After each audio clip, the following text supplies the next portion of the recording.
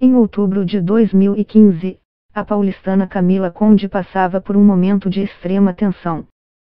Seu empreendimento recém-aberto no bairro de Pinheiros, em São Paulo, havia ido à falência e o seu casamento, chegado ao fim.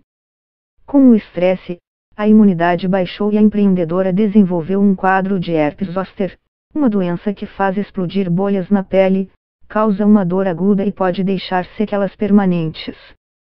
Eu estava sem dinheiro, com dívidas, desempregada e com uma criança de 2 anos para cuidar, relembra.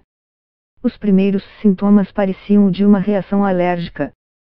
Percebi algumas bolinhas na região das costas e achei que fosse uma alergia. Mas elas começaram a aumentar e migrar para a região do peito.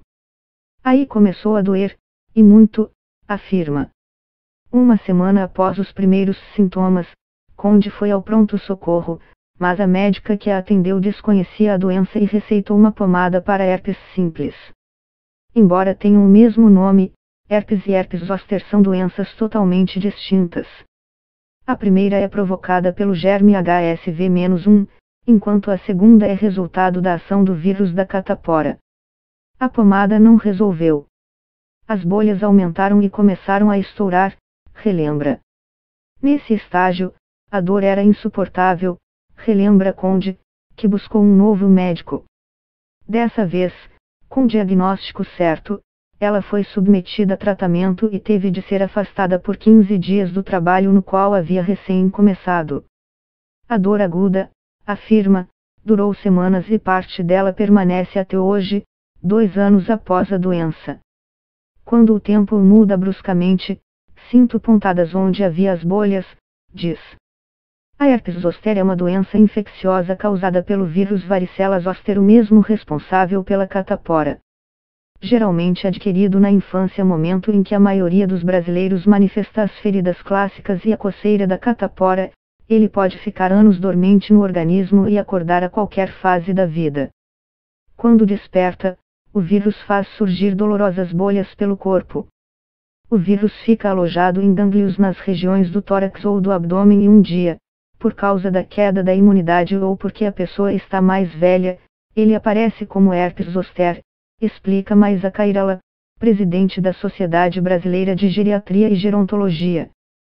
Mesmo aqueles que não tiveram catapora na infância podem desenvolver a doença na vida adulta. Não precisa ter tido a doença, basta contato com o vírus. E a população brasileira é muito exposta a ele, 94% está infectada com o varicela zoster, afirma. A doença é mais comum após os 50 anos, no entanto, o diagnóstico em jovens tem sido frequente, afirma Cairala.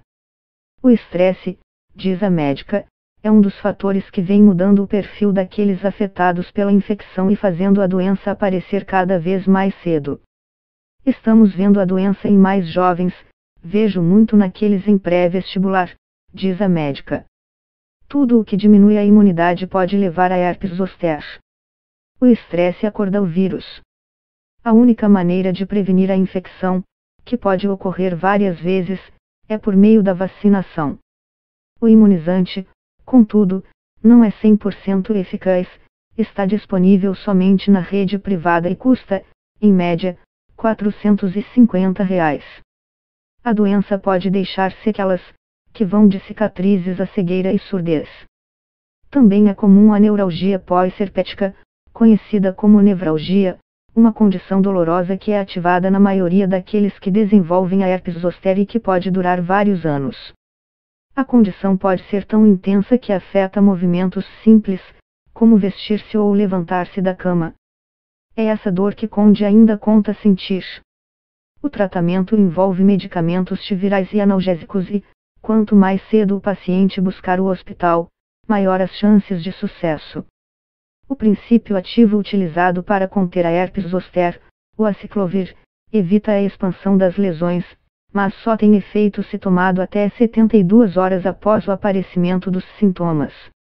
Por isso, rapidez na busca de ajuda é essencial.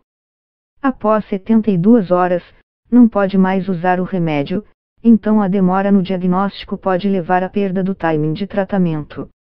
Quando isso acontece, tratasse a dor e as outras características, mas não a doença, explica Kairala. Porém, o desconhecimento da doença pela maioria dos médicos e pacientes gera diversas visitas ao hospital, como ocorreu com Conde, o que prejudica o tratamento, afirma Kairala. Em média, 3 médicos são procurados para o diagnóstico, aponta, citando dados de um estudo que conduziu em 2012 com idosos na cidade de São Paulo, durante seu mestrado na Unifesp. A doença também pode aparecer na gravidez, uma vez que a gestação afeta o sistema imunológico da mãe. Os mesmos mecanismos fisiológicos para o organismo materno não rejeitar o bebê também suprimem a resposta imune do corpo, que abre caminho para o varicela zoster despertar. O tratamento na gravidez, contudo, fica comprometido.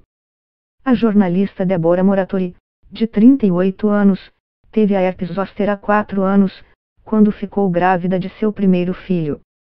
Por causa da gestação, não pode tomar a medicação antiviral que evita a expansão das lesões da herpes zoster e apenas aplicava pomada nas bolhas.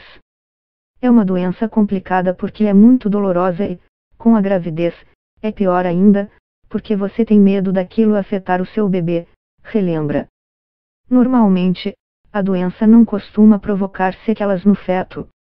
A herpes zoster não é de notificação compulsória, o que significa que hospitais e postos de saúde não precisam comunicar ao Ministério da Saúde sobre casos da doença. Com isso, acredita-se que o governo não saiba de fato quantos casos ocorrem por ano. O Ministério da Saúde hoje apresenta os casos totais de infecção pelo varicela zoster, sem separar o que é catapora do que é herpes zoster. Em 2016, houve casos de varicela no país, segundo o governo. O número representa uma forte redução em relação ao registrado em 2012, quando pessoas foram diagnosticadas com varicela. A queda mais expressiva foi entre crianças de 1 a 4 anos que, a partir de 2013, passaram a receber gratuitamente pelo SUS a vacina contra a catapora incluída na tetraviral, que protege também contra o sarampo, a cachumba e a rubéola. No entanto, enquanto os casos de varicela caíram